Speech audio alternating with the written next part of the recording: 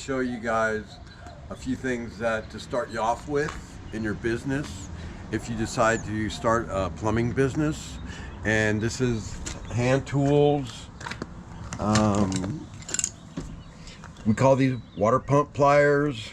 Another name for them is vice grip or pliers, channel locks.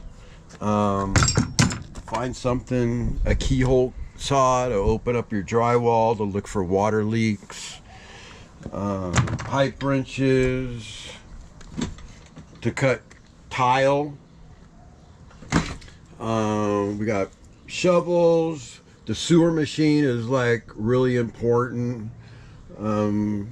So if you're just starting out, you can, have these hand tools, a 6-way screwdriver, small, and then you have a deal there that you can open up like pipe for these things. Look at that, I forgot what they're called. I got a brain fart. Anyways, so these are just the basic things. I got a vacuum cleaner over here. I have a garden hose to drain water heaters. That little bucket over there has all my glues and putties and WD-40 if something's all rusty. All this stuff is really important, but to start off with, just the hand tools would be cool. Obviously you need a license.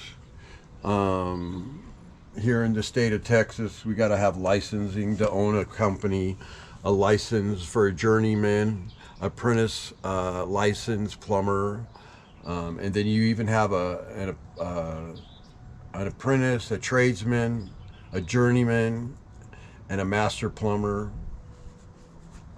and a RMP, which is you can have a company. And I went through all of them. Nowadays,